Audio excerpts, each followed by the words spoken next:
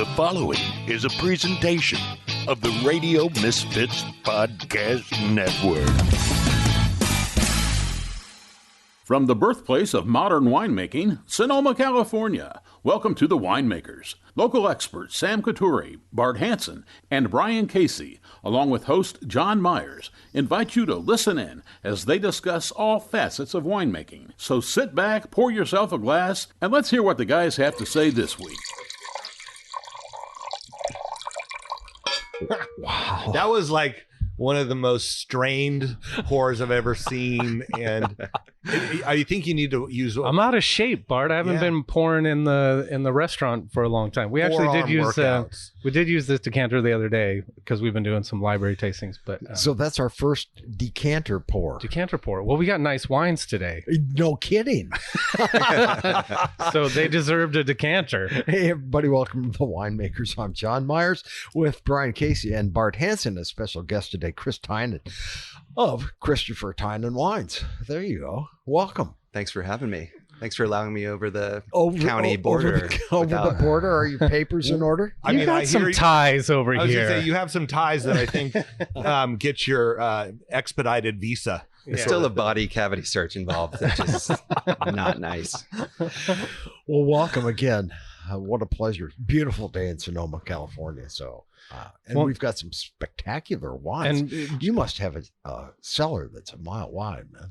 I took it upon myself early on when I started getting into wine. I realized that having a cellar was an important part of being a winemaker, that you needed to have some connoisseurship and appreciation of wines that came before you, and then aging them in a nice cellar to enjoy them over the next 20, 30 years and maybe pass them down to your kids or all that good stuff. So, you're a better man than I am. So I've definitely invested time and energy on that. I really enjoy it. What did you pour first, Chris? Well, I thought we'd start the day off tasting with a wine that kind of was, special for you guys because it's a Napa Valley wine.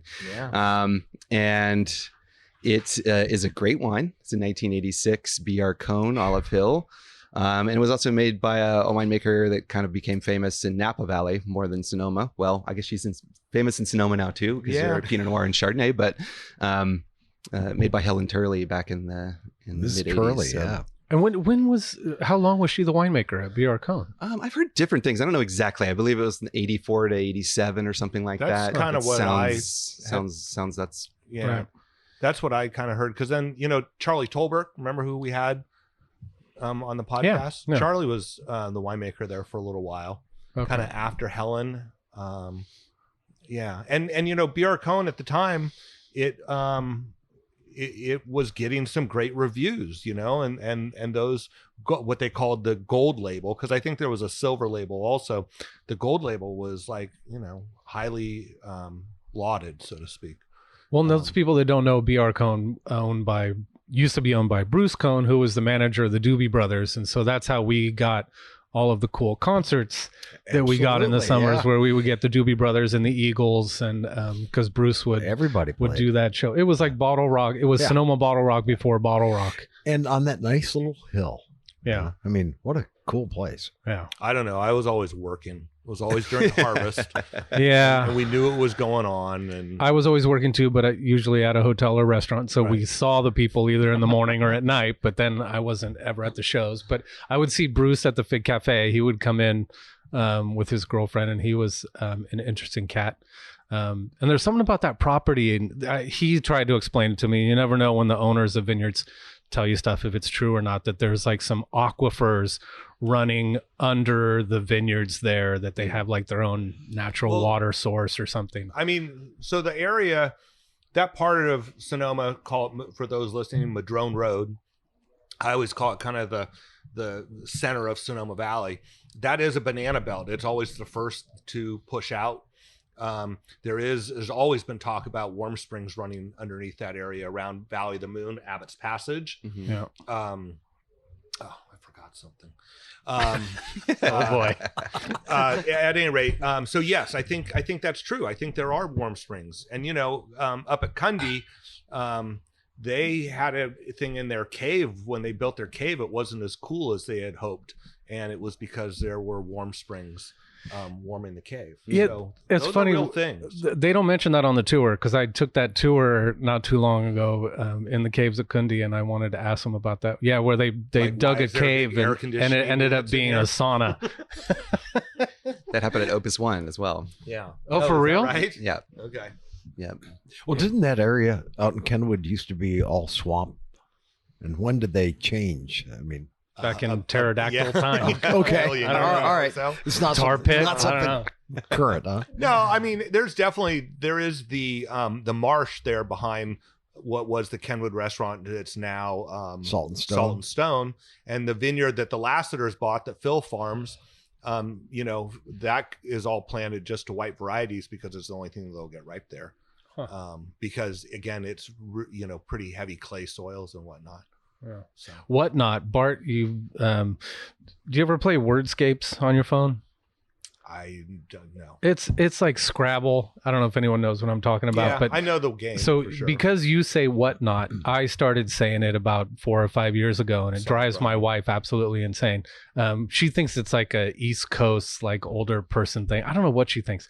So I never thought anything of it. And then I'm playing Wordscapes the other day on my phone, and it was a 7-letter word, and I couldn't figure it out, and then finally figured it out, and it was whatnot, and it's one word.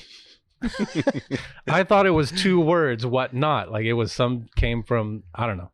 I just thought it was bizarre that you came in handy. Petaluma High School education. I think I have to blame. Yeah, it on that. no, it came in handy, Bart. So thank you. You helped me finish my Wordscape and get the bonus score.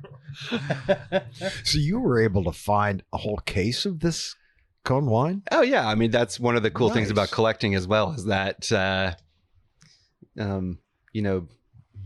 not every great wine is $1,000. There's some amazing nice? wines that are under the radar. That's Yeah. part of one of the fun things about collecting wine is finding the wines that are underappreciated and just And because it doesn't. Typically, they're from Sonoma. And Sam That's just definitely dropped something. in with a boatload of new canned wines. What you got there, Fresh Sam? cans. Fresh cans? Fresh cans. Here. Second opening of the day. First beer of the Cracked day. beautifully there. Well, first on air. What do we get? How'd the canning go? The canning is going. Interesting. well enough that Sam could walk away and be here. Yeah, exactly. Yeah. Well, I made a plan. We have more people, so that I'm not stacking pallets of cans right now. Yeah. But it's going good. The canning is you have beer people and a winery, and there's it's like a different language. Like there's the can crew and the winery crew they both speak English, but they don't understand each other. So there's always some complications, but now it's going good. Well, and the difference is that spillage is known in beer because beer doesn't cost a lot to make, but right. spillage in wine is bad.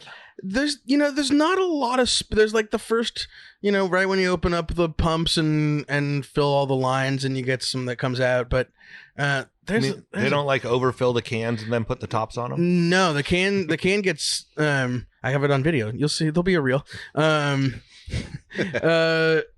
They fill it pretty accurately. Okay. The first thing there's the liquid nitrogen dosing happens, and then at the same time the next 5 cans on the line get filled, and it's moving slow enough that it doesn't really there's not a lot of splash out. Right. So I don't know, we'll lose a little bit, but I've heard some horror stories of can line loss, but we don't have that on this line.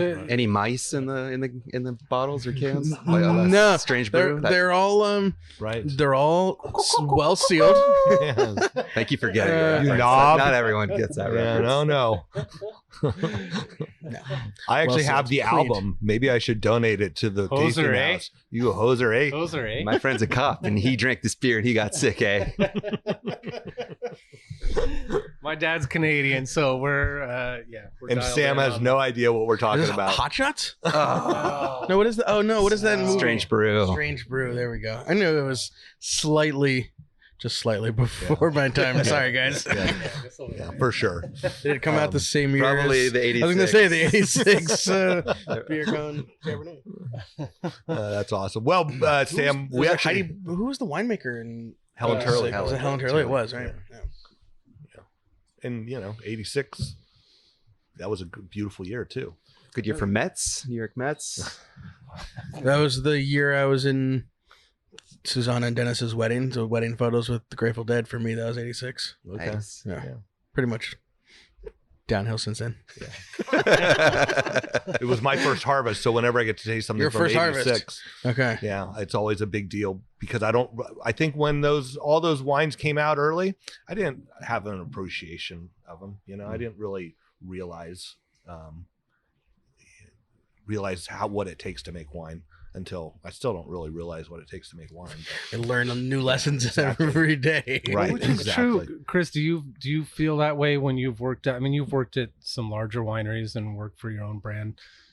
When you have like young interns and cellar rats, do you guys try and turn them on to some of the wines or share wines with them so that they gain some sort of appreciation for what it is they're actually doing?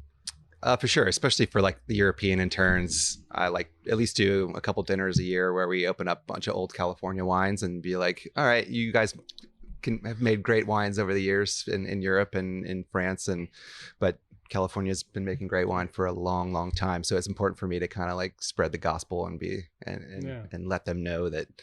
And often tasting blind. That's the best way to introduce people. I remember doing a Freemark Abbey, York Creek Petit Syrah from 74. I'm all about Freemark and Abbey. Everyone was guessing it was, 2005 Cabernet and all this stuff. And then, lifting the bag off the bottle and having their heads explode. That's one of the joys of collecting too. Is just really breaking through people's preconceived notions of what California can be and what it is and what we're capable of doing. Yeah. So that's and it's inspiration. It's purely self-serving for me because I want to know the great wines that have been made here because obviously I'm not interested in. What was so special about that Freemark Abbey? It must have just been in a time warp. Petit Syrah ages so slowly. It's on its own, but then to make it complex and aromatic and layered and it just felt like we could drink that wine for another 30, 40 years. It just seemed the color was so dark and acidity so fresh. And there's a million wines like that have been made here in Napa, Sonoma. So, and Santa Cruz as well. So. Yeah, the acidity on this wine is still amazing. And it's not just like on the sides. It's like your entire mouth. Yeah. This thing is just making my saliva glands go. It's a really beautiful wine. Mm-hmm. Like so alive still. And I know Jared, who's our friend, who's the executive chef at the Fairmont, that was a big thing for him is he would actually send some of his line cooks out to local restaurants to go out and have dinner. So because a lot of times they're in the kitchen, they don't know what's going on in the front of the house. And so he would actually tell them, you need to go out to dinner to a nice restaurant and see why it's important that you do what you do, because that's the food that's showing up on the table in this completely different setting that you're in. And speaking of Jared, I just want to let you know I invited him here today just to kind of talk about Chef Cycle, but he was actually out doing a ride today. He didn't get enough. Can you believe that? He's like hooked now. The chafing just like go from chafe to callus, and then it doesn't ever go away. Right? Maybe his butt's just so sore, it's so numb, he can't even feel it anymore. I went for a ride on Saturday morning, and it was a struggle to get through 10 miles. And I think more than anything else, it was my lower back was just tired. But yeah. You want to take a minute and recap what you did? And while we're enjoying this beautiful wine, okay. and then we'll there's still time to donate, right? Chris. And then we'll actually ask Chris who the hell he is. Yeah, exactly. So good to know that happens when I'm not here too. Right.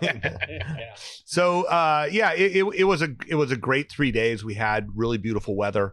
The first day we rode out to essentially Guerneville, Sebastopol area down to Tamales and Valley Ford.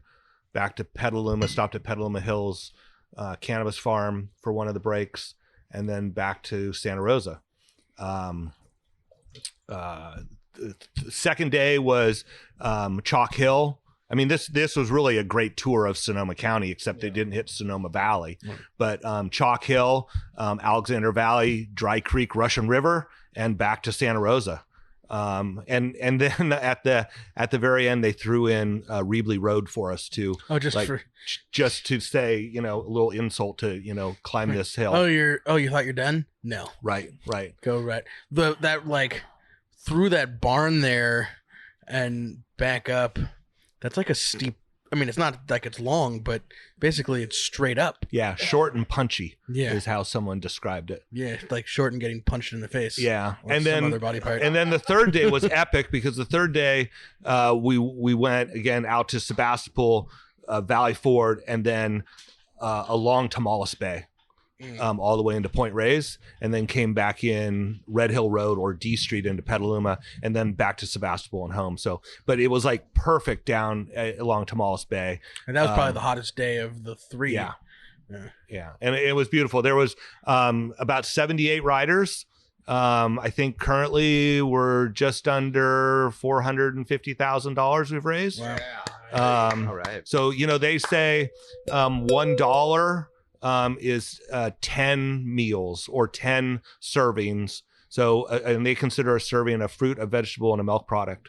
It makes a big difference. Right. This charity doesn't make the programs, or this event doesn't make the programs. What it does is it purchases food for the programs that are already in place by No Kid Hungry. Cool. You get a bunch of chefs together, and that's what they do is they feed people. And they get off on feeding people, and then you get them start talking about how ridiculous this is, that there's how much food is wasted in the world, right.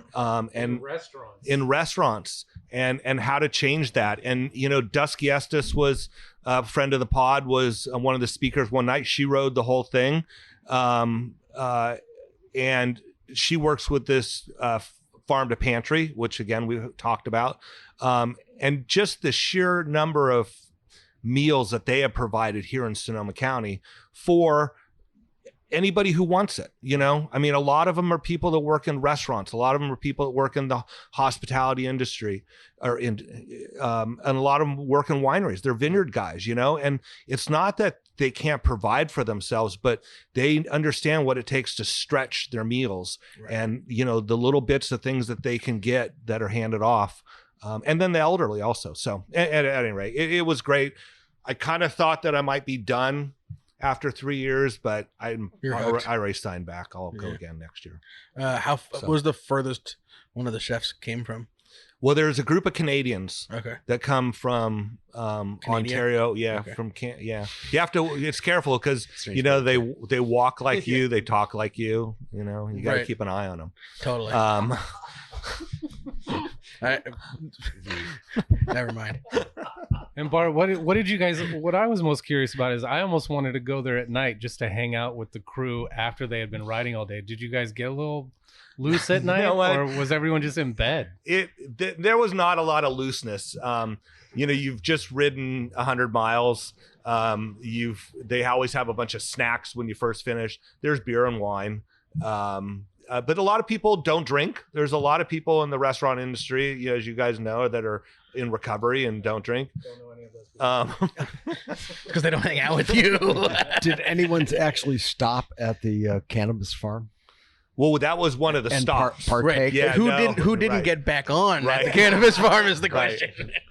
Maybe that's why he's riding again today. He forgot his keys and his phone up there. I gotta go find my bike. His one hitter is dropped somewhere along the route.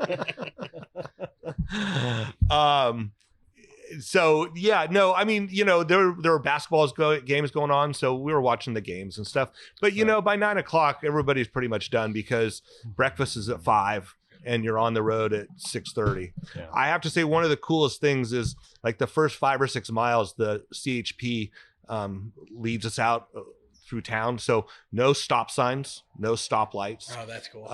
They just are roaring by you and you're just flying through it. So that's pretty fun. And then there was the last day. It was either 2 days and then you had 1 day of volunteering, which they went out and planted at a farm. or 3 days. And there was a group of us on the third day that might have been the last ones on the ride. DFL. We all finished, and it was beautiful, actually. But we had CHP escort back into town also, and that was also very nice. Nudging you along. Well, nudging you along, and if you hit a stop sign and you have to get off your bike and stop, at mile 97, it's just like, the worst thing in the world. Yeah. So once you're moving, you're moving. Yeah. So. Jared's all hot to get a bunch more people from Sonoma County. Ari was the same thing, get a bunch of people, try to keep this thing going. I mean, there's no reason we shouldn't have a bunch of people, and it is fully supported. Like if you decide at mile 40 you want to get in the car and bump ahead 20 miles, they'll bump you ahead 20 miles and let you keep going. So well, give people just a little. How can they still donate money? So you can still donate money at chefcycle.org. If you want to, you can just make a donation to the organization. That's great. Our team here from Sonoma County was Butcher, Baker, Bottler, and Babes. And you can thank you, Sam, for your donation, by the way, and John, of course, you also. I should have been $1 for every mile that I wasn't riding with you guys, but I came up a little short. That's right. Next year, Sam. Next year, and you could donate there, and that'll be going through the end of June. And I'm sure I'm going to get a phone call about the 1st of July, and they're going to say, so we're planning next year. So, and I'm going to try to rally them to come through Sonoma Valley next year. Well, because I think that's how I found them. First year, maybe it was the first year that you rode. I remember that they did it, and one of the stops was right across the street here at Williams Sonoma. So that was actually before I did it. That was before you did it. And that's how I found it, because they were in town. All I know is there was orange balloons everywhere. Yeah. And so I want to get them to try to come through, because I think if we have enough of a connection, it's really cool. The first year I rode it, there were a bunch of kids out along the course when we rode by some schools, ringing bells and cheering you on. And there's nothing like it, that sort of motivation. And don't fall in front of the kids. Don't fall in front of the kids. Don't fall in front of the kids. At any rate, thanks for all of your support. And well, that's awesome. It's pretty cool. Yeah. So. All right, so Chris Tynan. I mean, just for the record, how long was the show going before I got about here? An hour. Okay. We know Chris. His wife is a friend of the podcast, Katie Bunchu. Also winemaker at Cliff Lede, and then former used to work She's not. I am. Right. No. And Katie needs no introduction. We just say the name everybody knows. Right. Jeff's sister. And Jim's daughter. And then you used to work at Colgin, I think. That was one of my internships. Yeah. And then I ended up being assistant winemaker there for about 5 years. Okay. Yeah. And Cain, that was my first harvest in 2004. Oh, no way. Up on Spring Mountain. Yep. Okay. And so you came to this, and we should talk about that. I know that you're from New York originally, but you came through this through an internship and working your way through. You didn't come through Davis or Fresno or anything like that, correct? No, I was born in New York, but I really grew up in Houston, Texas. And after college, ended up running a restaurant in Santa Fe, New Mexico for about 5 years. And that was that's where I really got into wine. What sort of restaurant? It was in all of Santa Fe is kind of artsy now, but in the main little art section is called Canyon Road in Santa Fe. And I worked at this little bistro that, it wasn't the best it wasn't on the culinary map anywhere in Fancyville. But on a good day, it could be a really great restaurant. And, one of my jobs when I started managing it was to buy the wine for the restaurant, and not knowing much about wine back then, it was quite a crash course in learning, because I had 5 different distributors coming by every week, pouring me on different wines from all over the world. And a couple of aha moments with wine, specifically Chateauneuf when I was really young and still learning, got me really thinking, wow, this wine thing's pretty amazing. Maybe I should just move to Napa and see if that's what I want to do. didn't know anybody, didn't have any connections out in Napa, and moved out here in Napa in 2002. And so really came from the restaurant side in a lot of ways, just pouring wines and cracking wines and learning about wines. And I took the wine list from about 5 different selections to about 45 by the time I left. So from all over the world, Chateauneuf and Bordeaux and Burgundy and California, Sonoma, all over. So what was that aha moment? And what was the wine, if you remember that? And what was it that was made it an aha as opposed to just another bottle? There were a couple early on.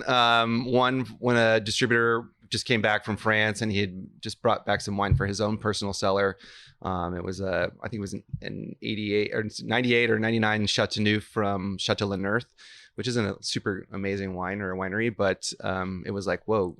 What is this? This is not Cabernet. This is something else. And, that's Grenache and Syrah and Mourvedre, all those great varietals that go into Chateauneuf. And so that was kind of one of those with a great meal, where the food and the wine come together and an amazing thing. And then one night a buddy and I cooked dinner for 2 girls. We were like, let's invite these girls up to our house. I said, you'll cook dinner and I'll choose the wines and we'll pair the wines on each course. And yes, that's impressive. Yeah, so we did let's see, there was a 96 Gruet champagne, not from New Mexico, but from the actual old family place in Blanc de Blanc from Champagne. And the second course was an Fumé Blanc from Mondavi, which makes pretty amazing. Those wines are pretty amazing that they still make there from the vines planted in the 40s. Right.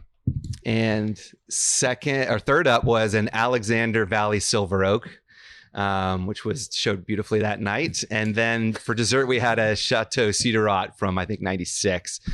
And I remember all those wines like I had them yesterday, but I can't tell you the girl's name that we were trying to invite up there because I got really too far into the wines but that was definitely one of those nights where the wines took center stage. And were they into the wine as much as you were? Probably not much. I don't think anybody's into wine as much as I am. So but yeah. I mean, I have to think about like what you were saying about how important it is to try these other wines and expose people to wine. When I was at Kenwood, all we drank was Kenwood wine, and there was plenty of it around, and you could taste whatever you wanted. But that's what we drank, and it was usually all current vintage stuff. And it wasn't until my next job where they started going, well, you have to try this, and you have to try this, that I started to go, well, wait a minute, there's a whole world out there. Mm-hmm. I don't know. You were probably exposed to wines from all over from the start. I mean, or were they all Uncle Tony's wines? It was for the beginning. It was all Uncle Tony's wines that I remember. The ones that I remember. It wasn't really until like Uncle Bobby, unrelated uncle, came and started spending more time out here that there would be different wines at the table. Okay. I mean, I guess it would have been kind of the same lineup of Sonoma producers would have been on the table before that other, Kenwood and Glenell and Benziger and it was before Enterprise worked with Laurel Glen. Right. Maybe there was occasionally you'd get something that was made at, Glenell and Vineyards, then now Repris. Right. But it wasn't like, it was Uncle Tony's wine. Right. Especially before there was any money to buy anybody else's wine. Well, right. Exactly. And that's a huge part of it, right? Brian just walked up with a 1986 cab from Kenwood, Jack London Vineyard. Nice. Where the hell did you get this? Did you get the Durand? I think I can handle it with the so I'm not used to the. Well, this is no time like the present to learn live on air. You can't go wrong with Durand. You want to go grab it? It's the greatest invention. Chris, how did you get so into wines? What was it about it? There was another thing that kind of solidified what I was learning at the restaurants, and that was going through. When I was 25, I did this thing called the Camino de Santiago. It's this pilgrimage in the northern part of Spain to the suspected remains of St. James, also known as Santiago in Spanish. There's actually a Camino de Sonoma going on right now. It's one of the people we interviewed for the Vintners and Growers position was participating in it, and I think last week they walked through Sonoma Valley, and it's going to end up at Fort Ross. I'm sorry, you made me think of that, and so anyway, go ahead. No, I mean, it wasn't a religious thing for me. It was just thought it would be a cool way to go across Spain for very cheap, and I love hiking, so it was like a win-win for me. And when you're doing that, I started on the border of France above Pamplona, and I walked 450 miles west. And doing that, you walk through up in the hills near Pamplona, above Rioja is a beautiful wine region. And then you go through Rioja, you go through Bierzo, you go through Galicia, and every little town you stop in, most of these are little medieval towns that haven't changed. They're, 50 people living in them. Isn't that cool? And that's where the wine really matched the little local cuisine, from the trout up in the rivers up in the Pyrenees, to go on the side. Don't go through those holes again. There you go. So we're talking about the Durant here. Yeah. You don't go through the holes again? Don't do that. Okay. No. Yep. All right, we're learning on air. Sam, it's a common mistake. Sam, but that way you what can are we using here? It's called the pause on the Rioja. Duran, and it's essentially like a mashup of an osso and a traditional corkscrew, designed specifically for pulling out. No, just put your fingers on the thing now. No, other things. There you go. Now. And then you can just pull straight up. No, don't turn it anymore. Just straight up. Yep. I'm getting out of the way. Use your fingers like a fork. Like just lift it straight up. You cannot lose. There you go. And I say this after breaking 2 corks, right? Right. No, as we were opening earlier. There was no cameras when you were opening your bottles. Did the corks come out good on those? On the older ones? I just was handing it, and I just ripped it out. Oh, so when you did this pilgrimage, nice going, Brian. Were you with a group or you went solo? I went by myself. Okay. Yeah, but you're walking along with people. There's people that are walking along their way. Right. And you're meeting people from all over Europe and Canada. And there was a Brazilian guy that wrote a book about it years ago. So there's lots of there's lots of just Catholics all over the world that are doing it for, and it was great. I mean, I learned more about wine on that trip than I had before. And that was the thing where the local food matched the local cultivar, it just went together seamlessly. Like when you're in Galicia and you're drinking Albarino, you're eating it with octopus that's just come out of the ocean that day and they're grilling it. And it just, those two combinations is just, beautiful. I mean, isn't it interesting I find it interesting that, Europe has such we're trying to create those things and figure out what are those things that go with our local wine, right? There, it's just so part of the culture. It is what it is. And it seems like here in the United States, we're trying to...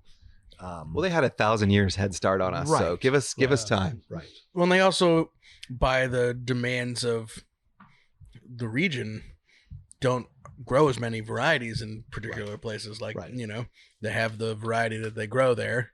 And there are some people playing with other things, but you go to these places and you expect those varieties, right? So, and maybe they picked those varieties because it went well with the food that they're making, right? Who knows? And that food was just from that area, right? Like there's a reason why there's sheep where there are in Spain and not in other areas. And by the way, Brian did a great job on the cork.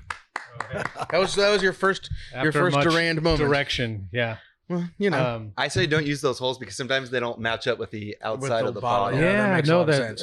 and I think the holes are just to keep it in it's like a storage thing. Exactly. Well, we have, I think Sonoma County is Duck and Pinot to me is a sort of a known.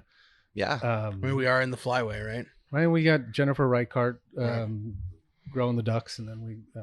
Does she even make Pinot? I don't even know. They do. She did have they just released. Remember last time she was here? I think they were just releasing her first Pinot Noir wrapped would Pinot. make sense. Yeah. I think she raises ducks. She doesn't grow them because they don't come out of the ground. Well, they come in the mail. Believe it or not. The babies. Ducks in mail. Ducks by mail. Duck mail. Male duck. Because she was releasing her first Pinot because she worked at like Literai or something as coming up, right? Right. Yeah. With Ted. Yeah. Teddy. Okay, Chris. So, Can we try this Laurel Glen? Kenwood. The Oh, Kenwood. it's Kenwood. Sorry, Yeah. Kenwood. So this was a wine that Bart would have made. this was my first. This was a wine that Bart would have. I did not make As this winemaker? wine. You No. ran some hoses and you drove forklift. I know this would have been. I would have driven the tractor in the vineyard, and I would have hauled the grapes to the winery and helped with crushing and pressing. I was not allowed in the cellar at that point. Right. Like I would. So we had 5-ton gondolas that we used to haul everything out of. And so my job was to go to the winery, pull leaves, pass picking bins to the thing and back to the winery, deliver the grapes, turn around, go back out to the field. help process and go back. So, but would you have gone up to the Jack London Vineyard? Do you remember? We were there all the time. I'll tell you my Jack London Vineyard story, and it would have been this year. It's lunchtime, and we're by Milo's house, Milo Shepherd, which was Jack London's great grandnephew, I think it was. That sounds right. And Milo said, "I'm going in for lunch. Take this gondola back to the truck, and I'll see you after lunch." And I said, "Milo, I don't know how to drive your Caterpillar, right?" And he says, "Well," he goes, "sit down." He goes, "It's just like that one. You put it in gear here." And he turned around and walked away. And he put it in gear. And off I went. And I came back from lunch, and Milo walks up to me, and he kind of looks at me and walks around me, and he goes, "I didn't hear about any grapes on the ground. You're back, so you must have figured it out." And that was it. And our relationship changed then. Like, all of a sudden I was okay. Right, because I didn't fuck it up. I didn't fuck it up. And I didn't ask too many questions. I just did what I was told. And so. Did Milo live in the house that's like up by the old winery site, kind of as you go in there? No, that's where Marty Lee lived, Okay. and Marty's wife, I think, still lives there. Yeah. Milo's house was down kind of below one of the redwood groves. Okay. He had a little wine cellar down there. Pretty cool So, spot. like past the Pig Palace and Yeah. around that corner. Yeah, down that below, down in that canyon. So talk about these two vineyards that we just had. How far away are they from each other as the crow flies? The Olive Hill and the Jack London. Olive Hill is, kind of valley floor or in those rolling knolls of Sonoma. This is at about 600 feet, maybe 800 feet. Probably from the bottom to the top of the vineyards. Eastern side or western side? Western side. Western side. Kind of sits down kind of in a pocket valley there.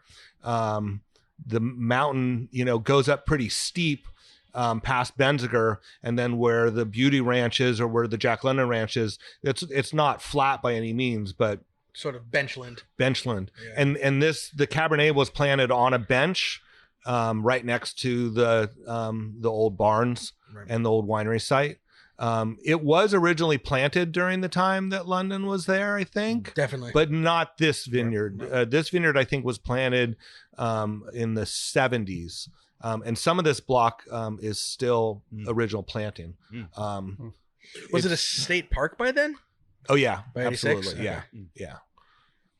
And that was always the battle, for the state park, because it was a historical park. So it was Jack London Historical Park, and there was a large, and this happened during the time I was there.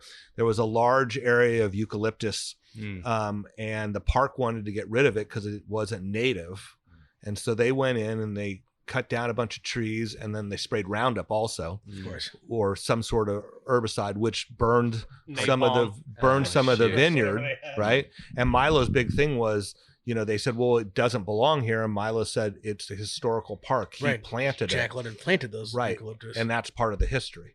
But I love the mouthfeel on this wine. It's, was always a cool area without a doubt. And on the herbal side, there was also Cabernet Franc, Pinot and Merlot planted, and Zinfandel all planted up there at the time.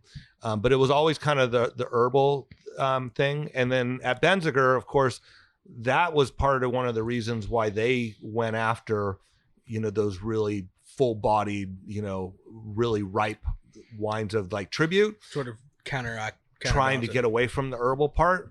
But the herbal part's kind of it's like almost north facing. Yeah.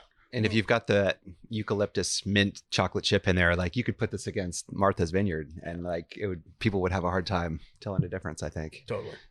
Except until the price tag came. Oh, exactly. Awesome. Well, sorry, I just wanted to pull this out because I knew we had this. Sam's dad brought a bunch of wines for us just to kind of pull out every once in a while. It's definitely got it. It's when you said 86, I was like, oh, wait a minute, I think there's an 86 in there. It's definitely got more funk than the BR Cohen. And a little more brown sugar. A little more meaty, gamey, at least to me, where the Cohen was a little more pure.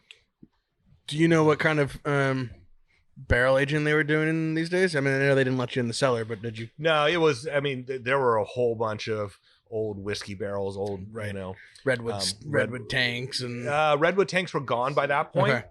But there were oak tanks. Right. To me, this has that signature kind of crab boil bay leaf aromas to it. Yeah. That just seemed to, whatever oak they were using back then, limousine, forest, or whatever they could get. It's just a lot of those wines have that. It's not. I don't hate it. Right. Like, and that's what it was. It was limousine and Allier oak. Wide grained, and it was what was available. It was a lot of Demtos. A lot of Nadalier. Nice. I mean, they're not dead. Still a lot of life there. It's lovely. Yeah. It might be the sleeper wine. We should taste it in a couple hours. Yeah. All right, so let's get back to Chris. Okay, I think I got. We did invite him to be on the show to talk about his wine. Become the Sonoma history show. I like. See what happens history. When you bring an 86 BR Cone cab. Yeah. Derailed. Derailed. You got 86 Kenwood and BR Cone, and then 2022 Rosé from a vineyard that was planted for Kenwood. Right. Circle of life. It all comes full circle. All right. I'm going to go back on the canyon line, you guys. So, Chris, I think we were we kind of skipped around. You started at Cain. The first harvest I worked was in 2004 at Cain. Yeah. Okay. And then... Wait, how did you get that job, though? When I moved to Napa, I thought, who's going to hire me? Because I don't really have any experience. And that was the time where, as an intern, it was best if you had at least a little experience, either in school or working. And since I didn't have that, right when I moved to Napa, I started taking classes at the junior college there at Napa Valley College, and they have their own vineyard and their own winery. So I took enough credits where in 2004 I thought, hey, I know a little bit enough not to, mess something up. So that was my resume, working in restaurants and taking some classes at Napa Valley College. That's how I got in. Didn't know anybody, just they hired me, which was great. Wow. Yeah. And so what was the most surprising thing about your first harvest? Like, what was something that that was eye-opening? Like, was it the sheer amount of fruit, the sheer amount of hours? Was it the moisture? How wet your feet were every day? Because you were a cellar rat, essentially, right? Yeah, and then I lucked into working in the lab a little bit too. It was I was technically the lab intern, which the lab was about 6 feet by 6 feet. It was a very small lab, so I got to work in the cellar a lot too. I think what I learned most there was that everything that went on in the cellar, there's no way you could have ever learned in a classroom. Like, you really just doing it and being there was essential. And I also think, learning what I learned from Chris Howe and Francois, who was the winemaker at the time, just they came from a very French background. So harvest was important and the work was great, but it was also camaraderie, and we had 2, sometimes 3-hour lunches with opening wines, and we worked our tail off, but we also enjoyed our time there and really like opened a bunch of wines, and it was the closest thing to working in France that I could have probably gone into in Napa there at Cain. They were just extremely gracious, and I came in, I think, a little cocky, thinking, I've tasted all these great wines in the world, and I've got 2 classes or 3 or 4 classes at the Napa Valley College. I came in thinking I came in a little cocky, think I knew everything about wine. And I soon realized I was 27, 28. Okay. I soon realized I didn't know my ass from my elbow as far as it goes to making wine. And the amount of people it takes to make wine is one of the things. Like, you just can't do it on your own. You need the people that help you pick the grapes and farm the grapes, and the people that work in the winery. But beyond that, bottle sales people and barrel sales people and people that cut trees down in France and make the corks in Portugal, the people that deliver stuff, like the people that the supply chain to get us to be able to do what we get to do every year is pretty amazing. And I think the pandemic really instilled that in a lot of people. Like, we're all connected. We really all are connected. Yeah. So yeah, that was a great learning lesson for me though early on. They kind of kicked my ass a little bit and said, you don't really know what you're talking about. You need to keep learning if you're going to be a good winemaker. So. Yeah. I remember one guy we had worked for us one time. He actually said to one of the younger guys, he said, I kind of thought I'd be walking around with a glass tasting a lot more with the winemaker. And I think all that kid did the entire harvest was fill barrels. Right. Yeah. And he probably wasn't doing it fast enough. There. Right. Like, you fill 2 barrels at a time, and, therefore one valve should be open all the time. Right, Chris? Right. Exactly. Exactly. And I think a lot of times interns at the end of harvest, they don't really understand what they've actually learned. That was for me early on. I had a feeling at the end of my harvest at Cain, like, gosh, I wish I had been able to do more. I wish I'd been able to do this, that, and this and that. But then you don't really learn that to the next harvest. You're like, oh, I know how to do this. And I know how to do this. I know how to hook up a pump, and like the simple things that you have to do to learn. And I often tell that to interns now, like, okay, you didn't get to do this, you didn't get to do that, but give it 6 months and realize what you've actually learned. Right. And that's hard for young kids to kind of, because they want the secret answer. They want to tell you the recipe to make 100-point wine. And you're like, it's just, there's no recipe. That doesn't happen. You just have to do it yourself. Yeah. And 100-point wine's not all it's cracked up to be. Just learning, being here and experiencing it is the most important part. So what is it like now? How many interns do you bring in a year? With your current full-time position? We do 5 or 6. Yeah. And it's getting harder and harder to find interns. Any from abroad? Yeah, well, COVID kind of killed that for a couple of years, but now we're getting more interest from South America and Europe again. So we're getting more applications like that. But there's just so many different wineries and so many different places they can go, and so it's definitely something we kind of struggle with every year. Right. We always end up with, we always want to have local people too, if they're willing and available. Well, sure. Cause then you also don't have to house them. Yeah, exactly. Yeah. Which was always something that we always had was, you'd have people that were enthusiastic and wanted to be there, but you need to help them get there. And, Napa Sonoma, it's tough to find housing. Right. For young kids you essentially did it, you went through it. That's why I was wondering like what you guys are able to do there and stuff. And well, when Buena Vista swaps with Hungary and Tokai, they set the kids up at Santa Rosa Junior College so they can stay there over the summer. In the dorms or something? Yeah. And, we donated a bed. We donated a bunch of other stuff, just set the kids up right. That's so good. They don't have to worry about it, Yeah. Well, then they're hanging out with other young people too. That's nice. Yeah, and they swap. So they send one intern and they get one intern from Tokai. Yeah. Oh, that's great. All right. So when did you leave that position, and like how did you move on? Was it a conscious decision? Was it forced? From Cain? Yeah. Oh, well, it was just an internship. So I just worked from, August to November, December. Oh, that was it. Okay. And then the next 2 summers I worked for a guy named Dana Zacconi, who was a vineyards consultant, and he did irrigation management. So pressure bombs and neutron probe.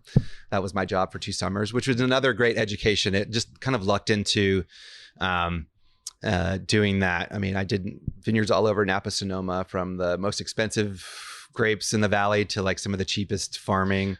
Will you explain those terms though? So when you're in irrigation management, you're kind of giving advice to growers on whether they should irrigate or not and what their soil profile looks like. So a neutron probe is a way to measure soil moisture. So you're literally dropping a little piece of radioactive material into the ground at different levels, and that's reacting with the hydrogen ion of water. That's a common thing? Yes. Yep. Okay. Yep. Never heard that. Yeah, it's more esoteric. If you're a viticulturist, you know what neutron probes are. Right. And then pressure bomb is what you do. It's another way of measuring how much water the vine is taking up. You basically cut a petiole off the vine at a certain time of day. You put it into a pressurized container and you push the water out. And you see how long it takes to push the water out, and that measures how much water the vine is pulling out of the ground. Right. And those two measurements combined gives information on. Do you take a shoot from the top or the bottom? What? I believe it's been a couple years since I've done it, but you want it somewhere in the lower to mid section of the vine. Because that's more consistent, and you do multiple leaves on multiple vines in a block, so you get an average of what the demand is. Right. So being able to see all those vineyards, I imagine that was also one, inspirational, and two, mind opening, right? Because as you said, all different sort of viticultural practices, and seemed, as you said, on the cheap side all the way up to very high end farming. And were you able to kind of see the results of that and understand it, or not enough time doing that? You could just see the vineyards that were farmed by kind of more of corporate viticulture companies that kind of just come in and napalm the vineyard with Roundup and sprays, and there's nothing living in those vineyards. There's no insects. There's no it's just no soil. Yeah, and you can see that there's no thinning or canopy management, and the vine. You taste the fruit after a while, and you see it just tastes like nothing. And you go to the more farmer focused clients that are more interested in quality, and those grapes are going into high end wines like Scarecrow and just the attention to detail that's going on in the vineyard. And it doesn't take long before you realize what good farming is and what bad farming is. Right. And so that was a great education. And then just the diversity of Napa and Sonoma, the soils, the aspects. You think you know Napa or Sonoma, and then you head up some canyon you've never been to, and there's this amazing vineyard. And so there's a lot of hidden gems out there still to be discovered. That's one of the things I learned. But yeah, to your question, it was quite educational. It was pretty foundational in my early times. Right. And I guess I was going with it was that what helped kind of focus what you wanted to do in the business? Because you could have got a job working at a big winery and just, been a middle manager and processed and worked for a corporation that pays well and there's security, or you could try to find a smaller place where, quality was the focus, and that's kind of the way you went. And I was just kind of wondering, like, obviously your love of wine probably drove you that way also. Yeah, that's a great point. I think I really lucked into that first internship at Cain, in that it was small. I was doing multiple jobs. Yeah, exactly. And I think that's tough for some people. Sometimes people work their first internship in New Zealand at a big conglomerate where they're just making Sauvignon Blanc in, giant 1,000,000-ton tanks, and that's what they think winemaking is, and they just get disillusioned right away. So I was very lucky to work in a small place. And then coming from the restaurant, I kind of spoke earlier, where we were a good restaurant, but we weren't great. I was looking to kind of, with the winemaking, I was like, I want to try to do something at the highest level and do something where people are really making great wine. At least other people consider that they're doing great wine. And so that was kind of the stepping stone. I was looking to do the next jump would be some place that's doing it small and doing it high end. And so what were you looking at? Were you kind of shopping around looking at where you wanted to work? Yeah. Well, my next internship was in 2005 at a little place called Blankiet in Yountville. That's just next to Dominus, and the winemaker actually was Helen Turley at the time. And I, just by reputation, I knew she was a good winemaker and at least well thought of in the valley. And it was a small place, and I could work there after the viticulturist job in the summertime. And so that was my next my next jump. And then in 2006 was hired by Mark O'Bear, who was kind of a protege of Helen Turley when he was still at Colgin. So he hired me on in 2006 as like a cellar master. He luckily left quickly in early 2007. So I was promoted assistant winemaker pretty quickly, being in the right place at the right time. And again, being in a very small winery with just the winemaker and myself. So just a crew of two. I pretty much did everything you could possibly think of as assistant winemaker there. And that's where it was a time where I was thinking, do I need to go back to Davis and get a master's or a PhD? And kind of thought of Colgin as my master's degree. I was like, I couldn't imagine leaving and not being able to work a harvest. That was unfathomable to me just to do that. So that was my master's degree, and staying there at Colgin. They have a great cellar there that they shared with us, and tasting great wines. And speaking of tasting great wines, this is a beautiful cab. And can you tell us a little? It says Old Vines on the label.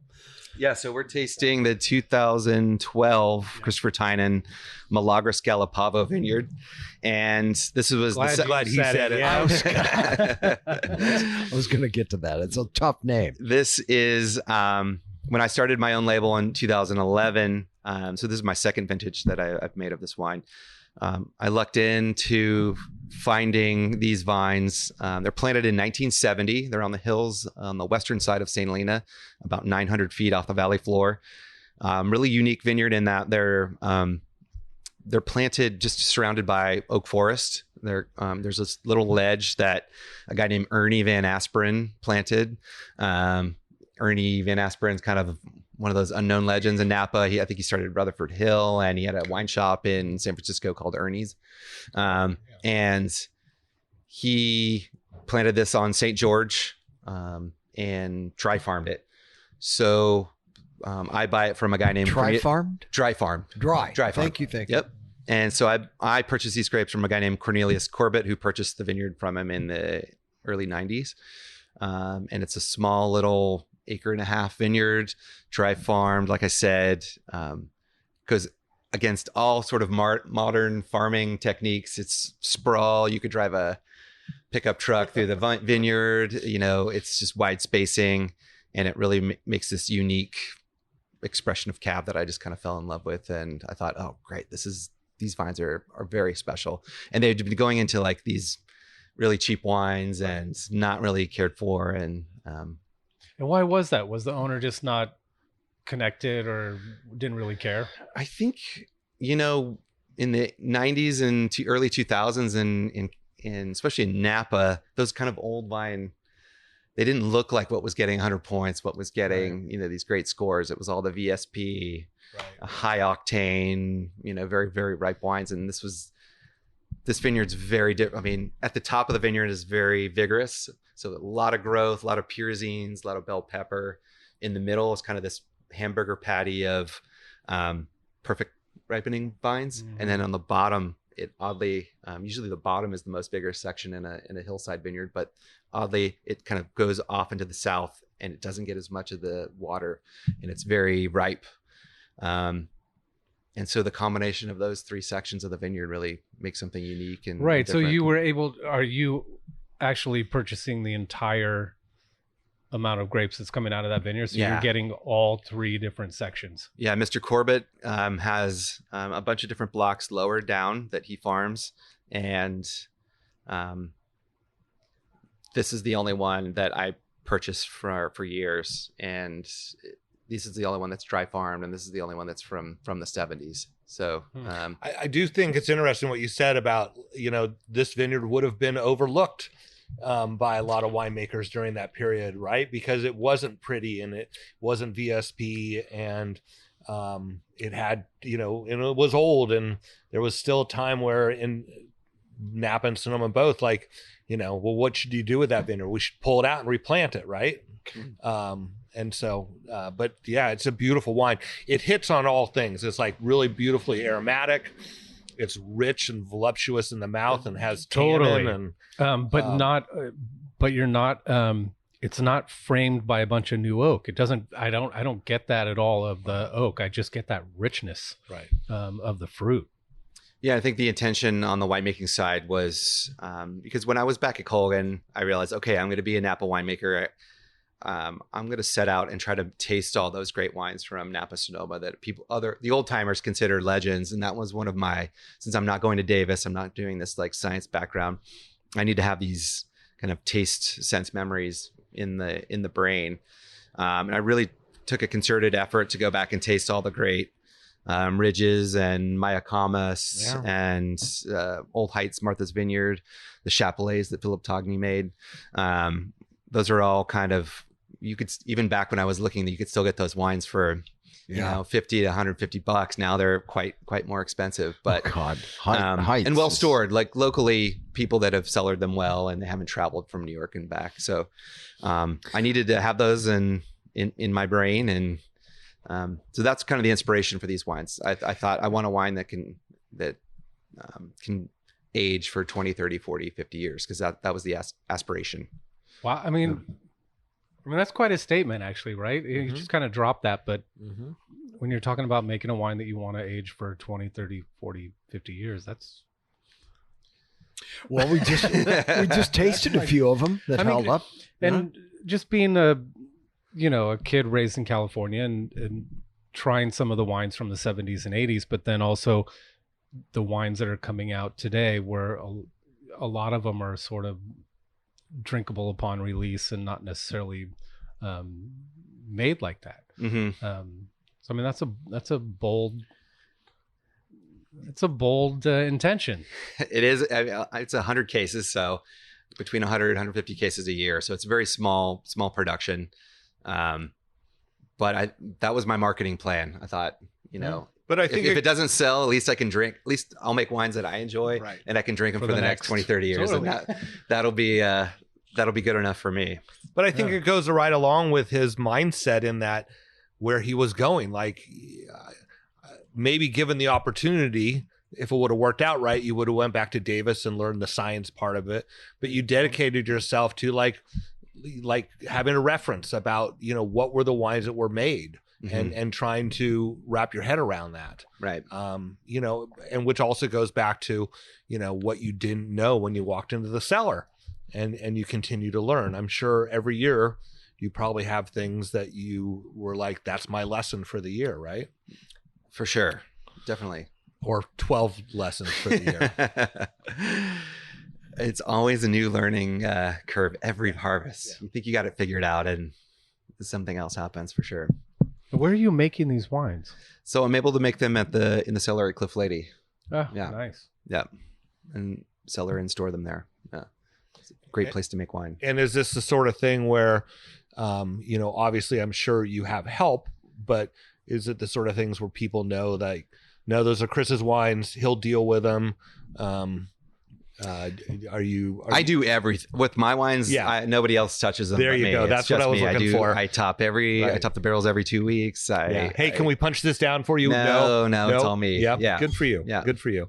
So, and that's hard, because when you work at a larger, and I don't even know how large Cliff Lede is. We make around 20,000 cases a year. Okay. So you have people around and they're like going, well, we're doing punch downs. And it's like, well, we should punch down those also because they're in the row. And yeah, you have to set your parameters or set their boundaries. For sure. Yeah. Good for you. How do you say the name of this? So Milagros Galapavo. So the name of the block. So this man Cornelius Corbett, he's an interesting guy, very sweet, great. He comes up with creative names for all his vineyard blocks, and this vineyard block has been named Wild Turkey for years, for decades. And it's named Wild Turkey because it is up in the woods on the hillside, and it's not surrounded by any other vineyards. It's all oaks, and right around the time the vines go through veraison, grapes start turning color, the wild turkeys start coming down into the vineyard and start nailing the grapes. So it's a constant battle with shotguns and Mylar tape and dummies and all sorts of stuff to keep the turkeys out. What works the best? I won't say that because I don't want to give away his secrets, but we definitely lose a lot of crop to turkeys every year, just nailing the vines and eating the berries. And that's part of life. That's part of nature. We're happy to give them a little fruit. But obviously I couldn't put wild turkey on the bottle of alcohol when I started the label. So I decided to use the genus species of the Native American, North American turkey. So Milagros Galapavo is the genus species of that. Very interesting. Yeah. And because, Chris, I know that you've listened to some of these podcasts and you know how I am with pronouncing things. What is the last line under for Luton? Right. So, well, the label came about because, you know, when you create your own wine, you have to make a label for it. Right. And that was an aggravating thing to try to, you know, gosh, if I make one label, I'm kind of locked into it for a while. My good buddy, Robert Hunt, is a winemaker in Napa. He took me out for dinner one night and he brought a bottle of 1990 Henri Jayer. And I had gone through all these little different label designs and, you know, I'd done some artwork that I didn't really like. And we tasted this Henri Jayer and it was one of the best wines we'd ever shared together.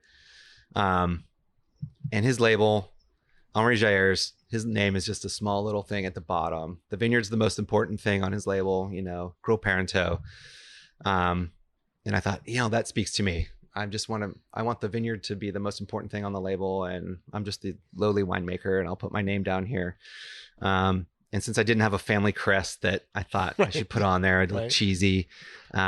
I put a little dedication to like the Lasseters and make your own family crest. There you go. Start somewhere, right? It does. It's true. Yeah. There was some knight back in medieval times that started a crest that was, you know. Yeah, someone thought they were cocky back then.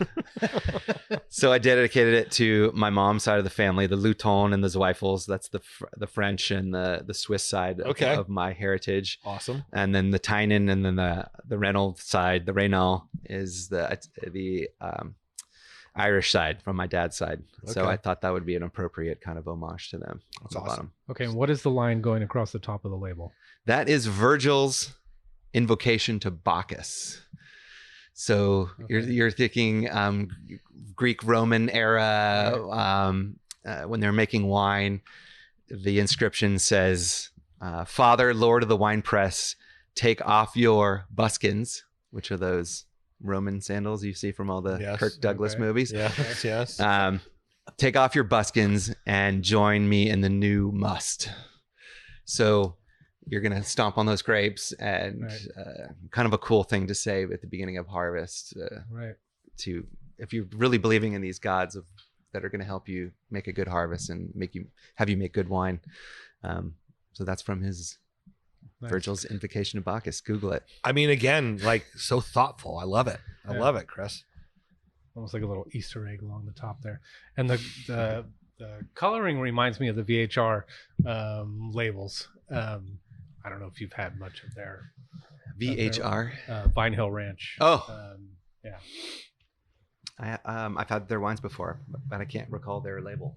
Yeah, and this is the one that we just poured. Now is the 2018. I thought I'd show you kind of an older. I don't have a 30-year library to pull from, like some, and so I thought I'd give you a chance to try the 2018. So this is. Unlike a lot of people, this will be my new release coming out next month, the 2018 vintage. I kind of hold things back a little bit and cellar them, and like warm and inviting. Yeah.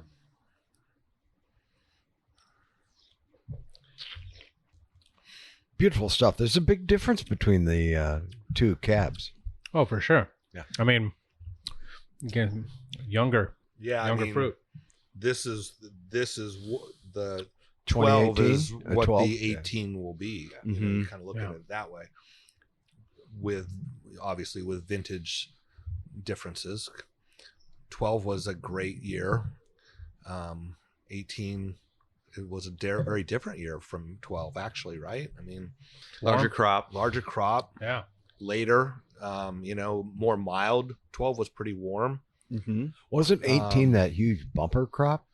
It was a bigger crop. Although I bet these vines probably didn't give you much more. That's kind of the great thing about these old vines is watching them through extreme years, and that, when everyone's picking out, oh my God, we have 6 tons an acre, or their tanks are overflowing, and like these old vines are just very consistent.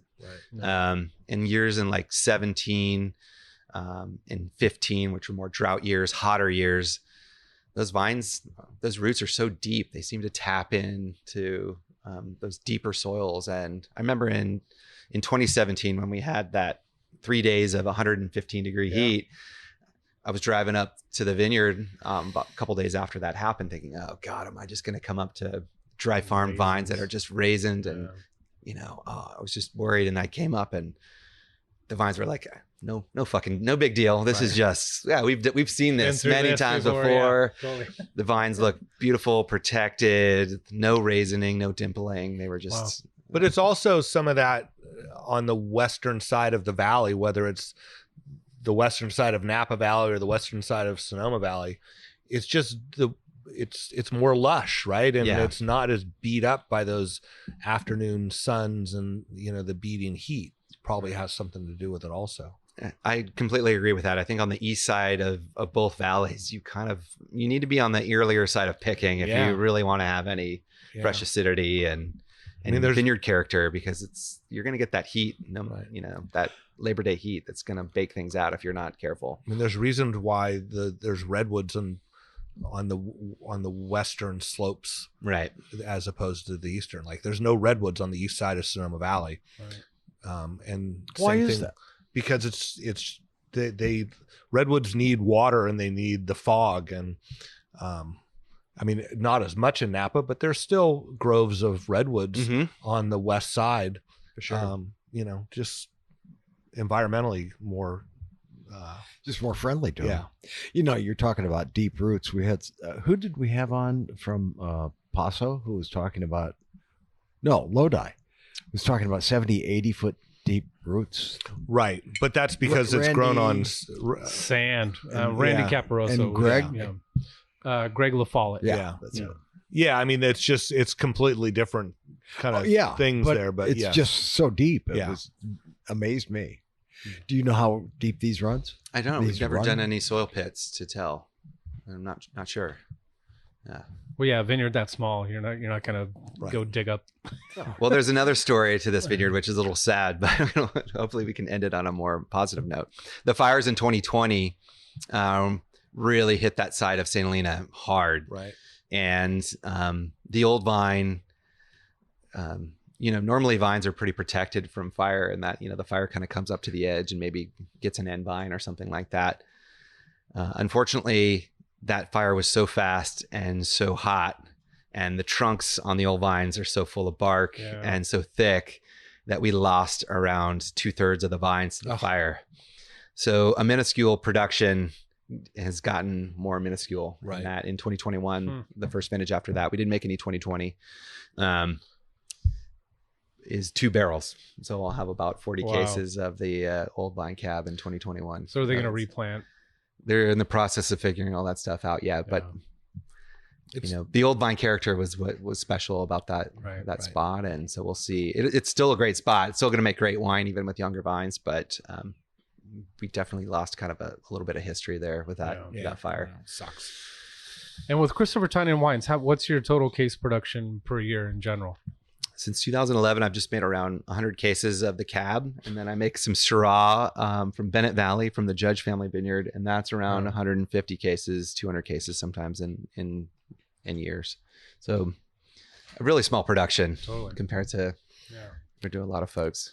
Yeah. We've expanded production a little bit in 2018 because we've gotten a lot of good feedback, and we'll have a little bit more wine to sell in 2018, this coming release. But so that means you were then sourcing from another vineyard?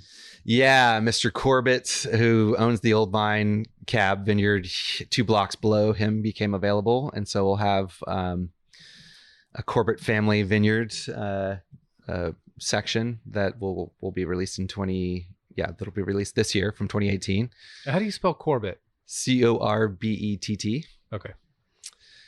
And then in 2021, expanded the production a little bit more, but those won't be out for 5-6 years. So. Yeah. Okay. So then Syrah, you're like, hey, I want to make Syrah, or someone reached out to you and said, hey, I got this really killer Syrah. Are you interested in making wine? I've always made I've always loved Syrah, Yeah. but really fell in love with it when I was at Colgin. Colgin made a little bit of Syrah up on Pritchard Hill, and the owners, Ann and Joe, are huge Northern Rhone fans. So we got to taste through a lot of their cellar from the great wines from Chave and Jabelet, and then some trips to Northern Rhone really solidified that. And so when I thought about the Syrah I wanted it to be from a cooler climate, and happened into these vines in 2011, became available. Pass it around. Although this is a warmer year, you're probably not going to be as much. It's going to be definitely on the warmer spectrum. 2013. I mean, for those out there that there are people there will definitely know Judge Vineyard, but a fabled Bennett Valley Syrah vineyard and some Sauvignon Blanc also, right? That they grow there. Yeah, Joe and Gail grow some Sauvignon Blanc that is some top-notch producers. Yeah. Brian, I'm actually, you're kind of looking like, because I don't know where that vineyard is. I don't, and I drive through Bennett Valley. The Judge Vineyard, I'm thinking of Chardonnay. Matanzas Creek. Oh, you're thinking of the Kongsgaard Vineyard. Exactly, up in Napa. right. But this is up Grange Road, just down the hill from Matanzas Creek, I think. It's probably the closest big Matanzas winery is down out there. on the valley floor, and then as you drive up Grange, you get to the Vivio Vineyard, which is kind of on the right-hand side, which does Syrah and Viognier, I think a little bit of Roussanne. So I believe this is on the opposite side. This is on the east side of Grange, right? Correct. And it's just across the entrance to the Kendall Jackson, big Kendall Jackson estate, right? Ooh, I don't know if that's up there. I'm not sure. So it's just up from the Grange. Right. Just up from the Grange. So right. On the other side of the road. Right. Like you said. Yeah. Okay. So, without a doubt, cool spot. Fog comes in both, through Santa Rosa and then peaks up over the hill there also. Yeah. I definitely love those Syrahs that are more wild game. This vineyard always has this kind of bloody character to it, whether it be like grilled ribeye juices or wild duck confit, Peking duck. It's got those kind of aromas to it. Pepper. It's so consistent year to year to year with 3 different clones that we. Sometimes I'll ferment separately. I always end up blending them back together in some form. But doesn't Steve Law get a lot from Bennett Valley also for his Syrahs? So that's from the Vivio Vineyard, which is the one I'm most familiar with. And Kieran Robinson, friend of the podcast, used to make wines from up there. So see R5 and McLaren. Yeah. Beautiful wines. The Judge, this is beautiful wine. I haven't even tasted it. I just love the smell. Yeah. Get on it. And so what about, can you talk a little bit about the fermentation on both these wines? Do you have some and oak too? Yeah. Do you have some parameters that you always, some practices that you use every year that are tied in, or do you kind of change things up every year? I think one of the things I learned at Colgin was that more oak into Syrah is a bad idea. So my wine, somewhere between 5 and 15% new oak every year. I literally buy like 1 or 2 barrels every year for the Syrah. And most of the barrels are 5, 6, 7 uses. And I just feel like Syrah on its own is so aromatic, and any new oak really just gets in the way. It's too much.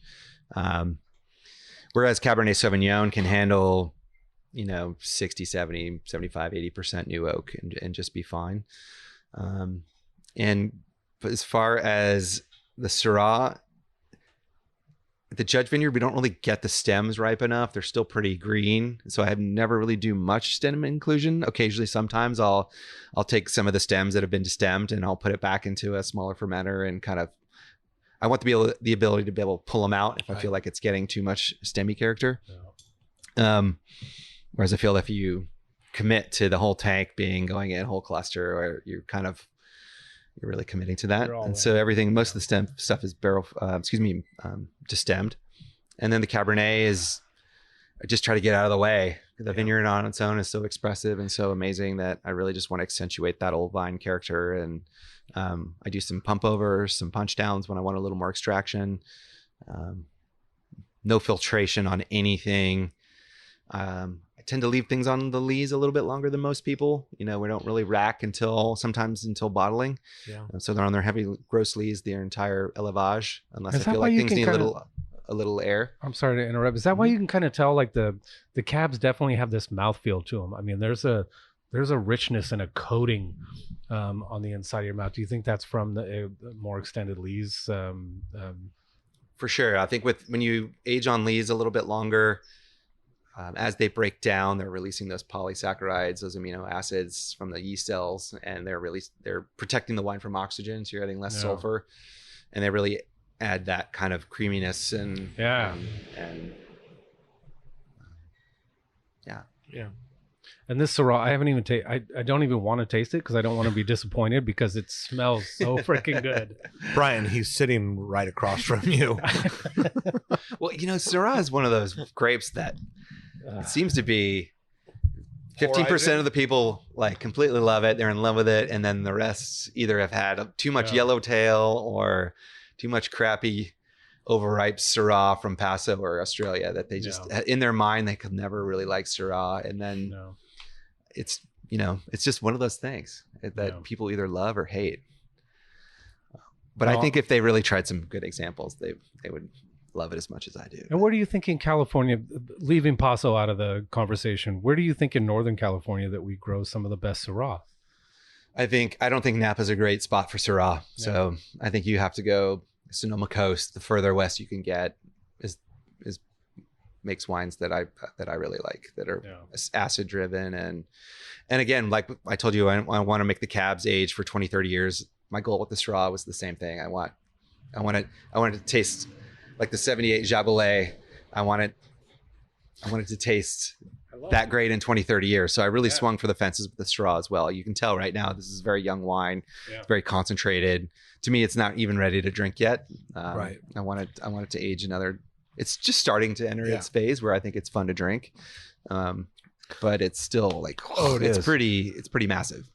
I mean, Brian looks very happy. Yeah. I'm so stoked on this wine. You've obviously found like two grape sources that you're really happy with and enjoying making wine from. But you also said, as far west as you can go, like, are you actively looking for something farther west? Like, would you want to add another SKU? Are you kind of content with this? And do you think that, are there things you want to do differently with both these wines? Or is a new source for a new expression calling you?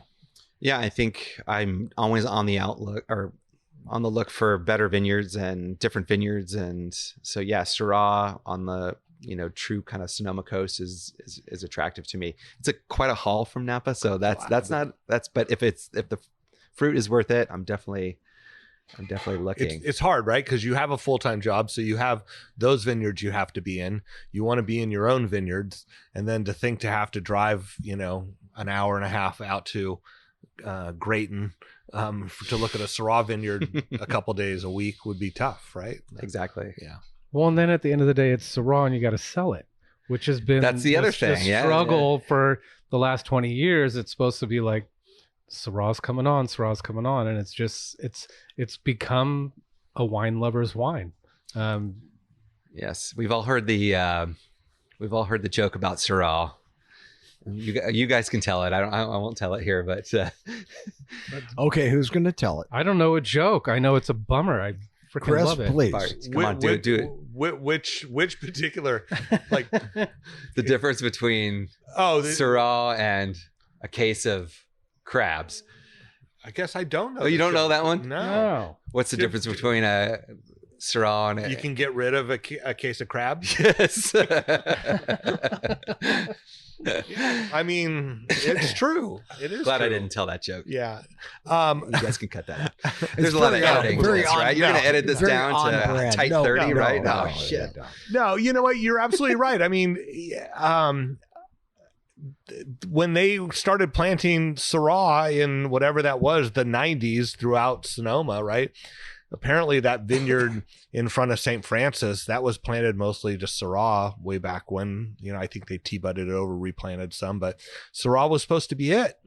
and it's just never kind of ever been there, right? I'll tell you what's encouraging though is that, you know, obviously coming from Napa, I've kind of more known in Napa and making Napa Cab.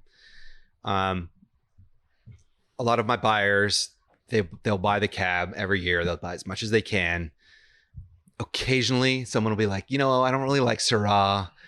Okay, I bought it this year. They'll buy it every single year after that. Right. They're like, oh, I get it now. So that's encouraging. You just got to get it.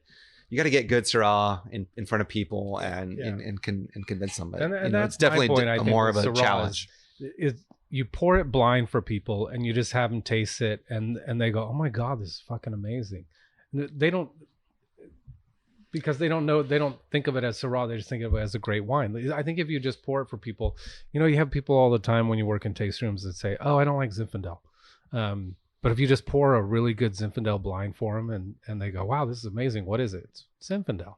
I think it's the same thing with Syrah. When you have good Syrah, you just got to pour it for people and get it in their mouths. And then they kind of wrap their heads around it and understand what it is. It's beautiful. I mean, this wine delivers on all the same things that the Cabernet does that it should, right? It's aromatically beautiful. It has great mouthfeel. It's, you know, rich and delicious. The aromatics are insane. This is my favorite wine that we've had so far out of all these older wines and younger wines. And just want to smell it. So, do you want to talk about your day job a little bit? Sure. I mean, you ought to give them a plug since you might be on their time right now. I don't know. I don't know if you had to check out to drive over to Napa. I had to clock in, clock out. That's the old punch the time clock at Cliff Lede, the old salt mine.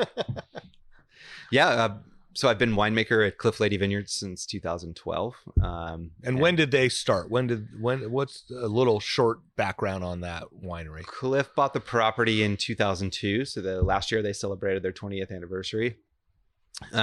Eastern slope above northernmost part of Stag's Leap District on the eastern side. So we have our flagship vineyard is the Poetry Vineyard, which if you're going across the Yountville Crossroad and you look up east, it's that beautiful steep terraced hillside vineyard.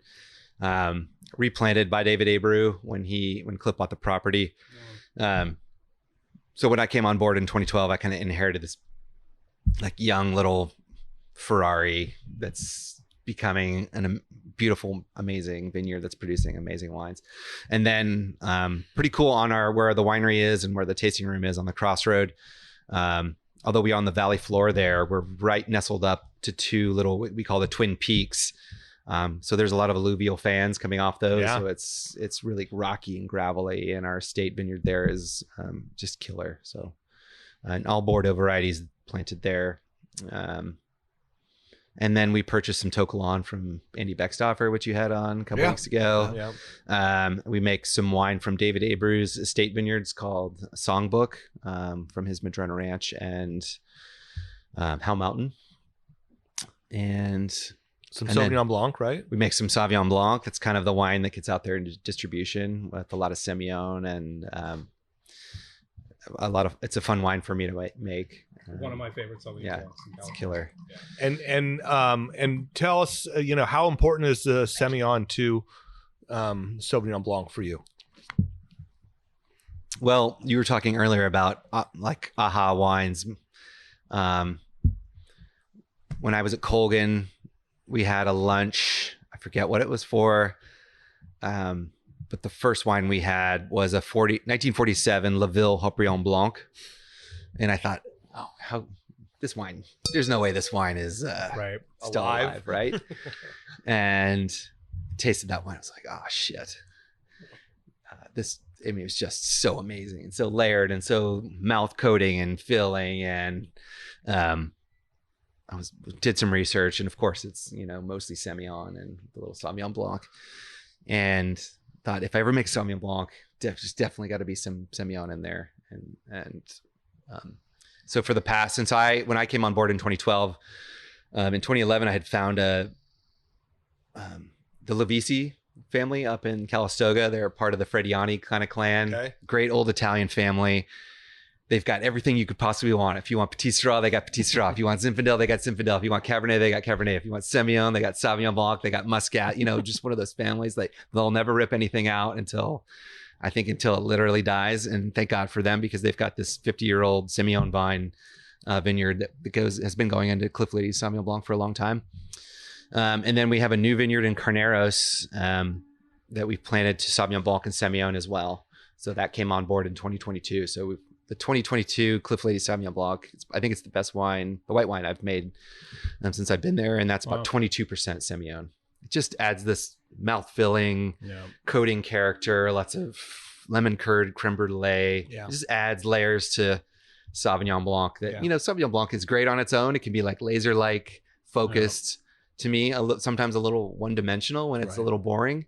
So Semillon kind of comes in there and makes it a little more intellectual and more fun and a little more serious. And I think sometimes when people started using Semillon in Sauvignon Blanc, I think they used it for the wrong reasons, you know, or, you know, more of the like fume or reserve style, where I don't think they were using it as an inspiration of the Bordeaux wines that you talk about. It was more of like, it was making Sauvignon Blanc for people who drank Chardonnay here in California. That's a great point. Add body and weight.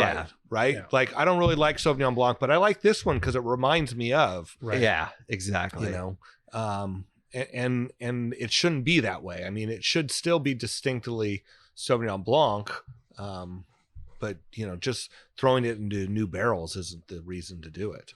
Right. That's a great point.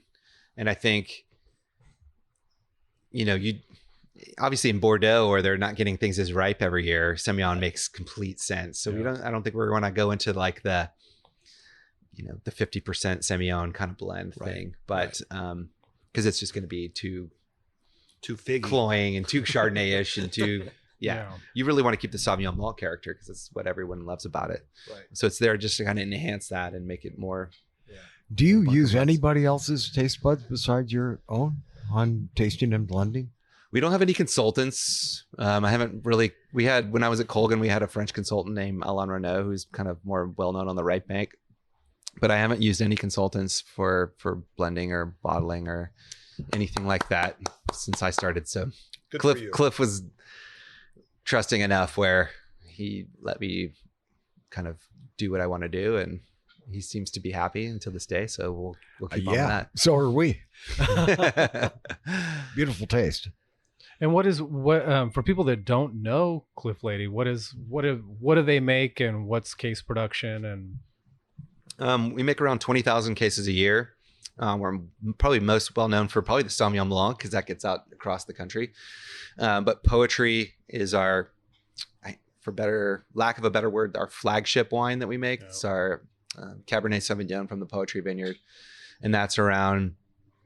In the past 900 cases, we're close to 1,500 cases as the vineyard has matured. We're able to get more blocks online. And it's Cabernet Sauvignon with a little Merlot, Cabernet Franc, Petit Verdot, and it's like our signature wine that we make. It's $300 and something a bottle, and seems to sell out every year, and people seem to like. So, what else are we known for? Sauvignon Blanc. There you go. Yeah. But you're making other things. Yeah, To Kalon and Songbook, and we make a right bank blend called High Fidelity. Cliff is a huge classic rock fan, so we make a wine called Rock Block. The name changes every year. All of our vineyard blocks are named after a rock and roll song, so he gets say in what the name is every year, so it changes every year. Right.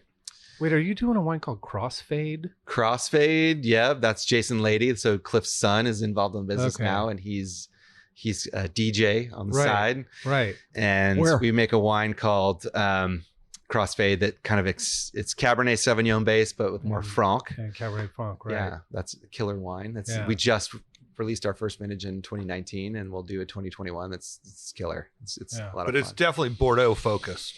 Yeah.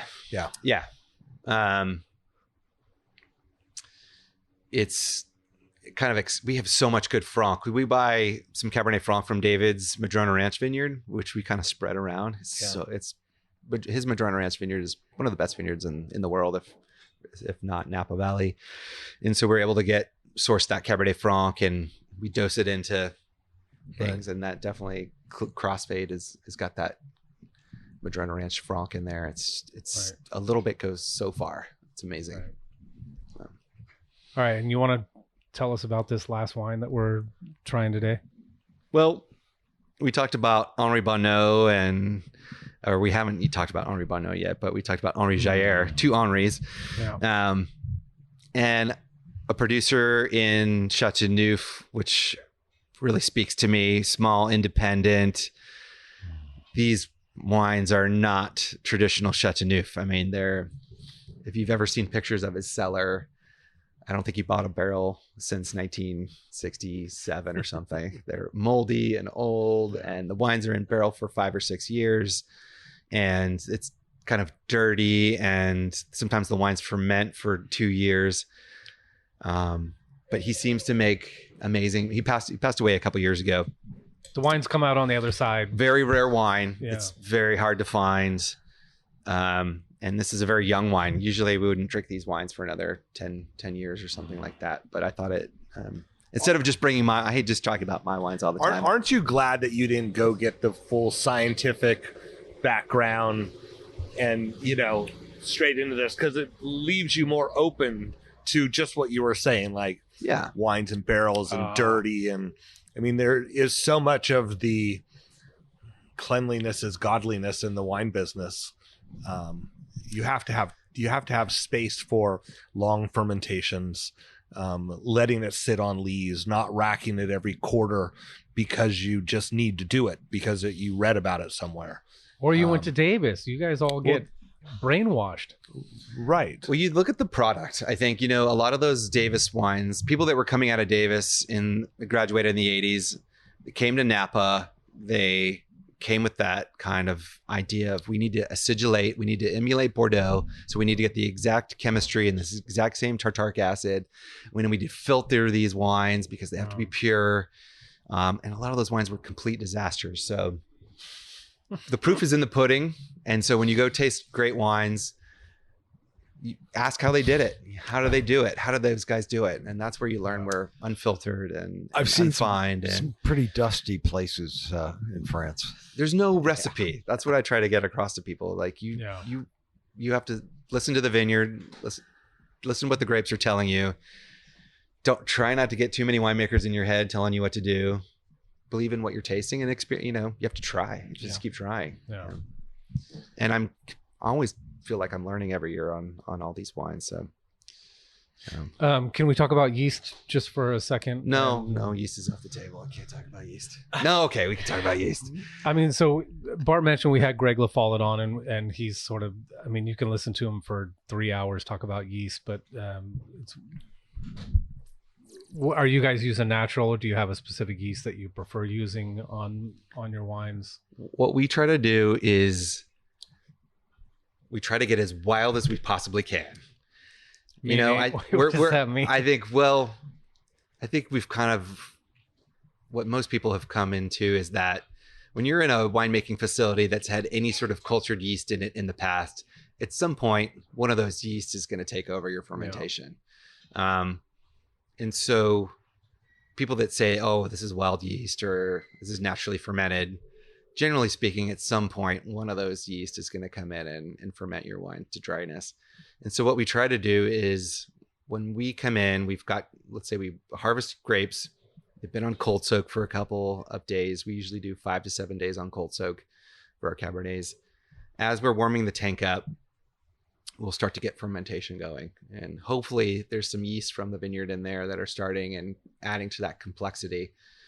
But ultimately, what we'll do is we'll dose in a little bit of cultured yeast just to get some insurance that wine's going to go dry.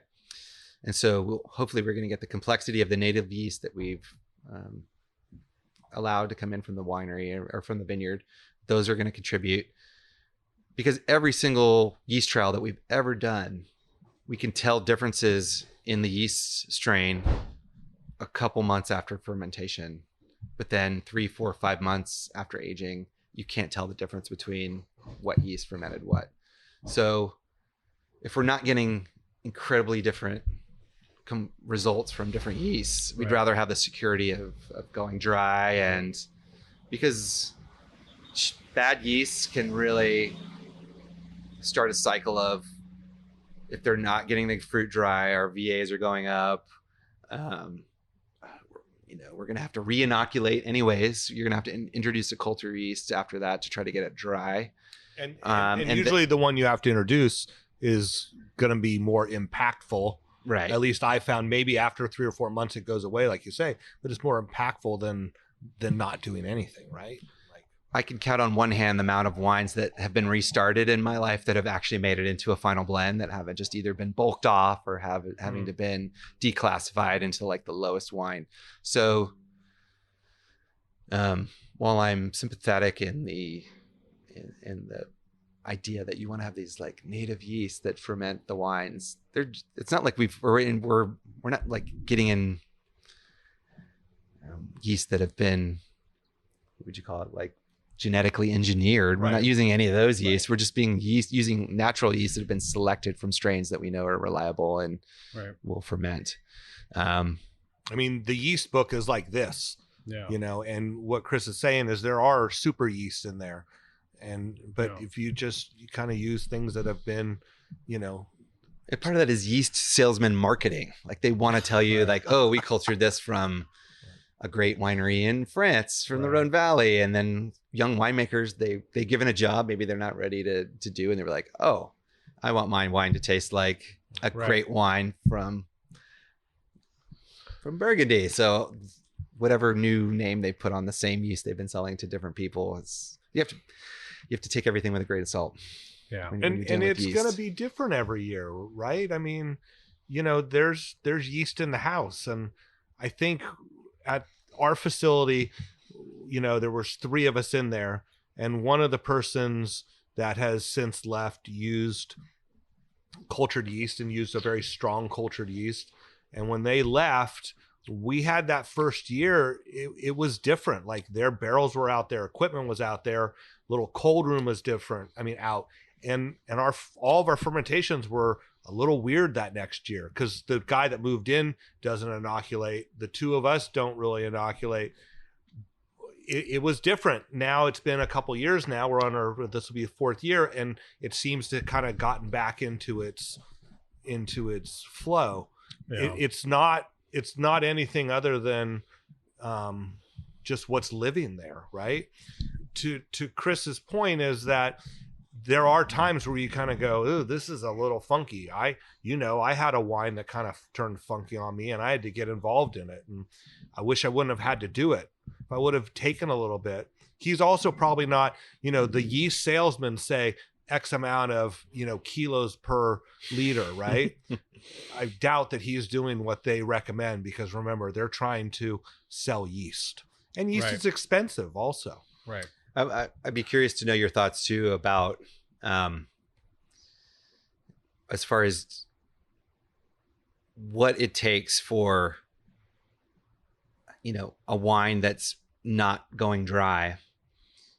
What you're going to have to figure out how to get that wine dry, right? I have a couple barrels right now that I'm kind of looking at with that.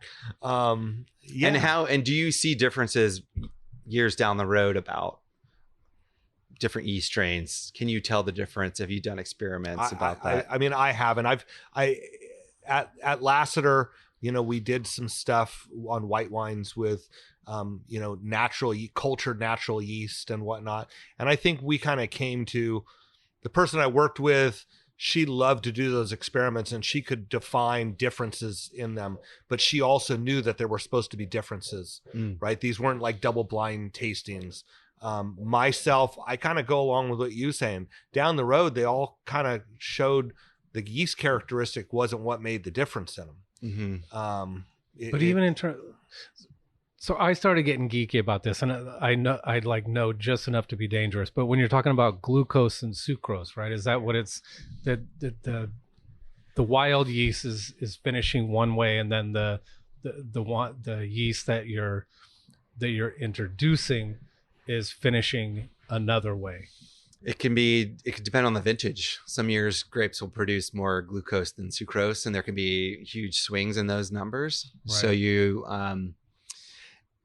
I really try to take a larger view in that each winemaker in their facility has to make their own decisions, right? Totally.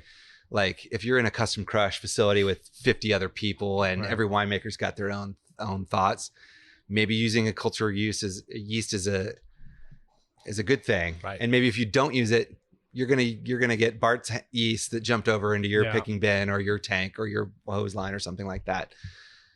If you've got your own small, tiny little winery, maybe you can be a little bit more like, oh, maybe I'll just try to let things go native. And he's completely right. It's really easy for us small producers to do these things because we're completely in control of it.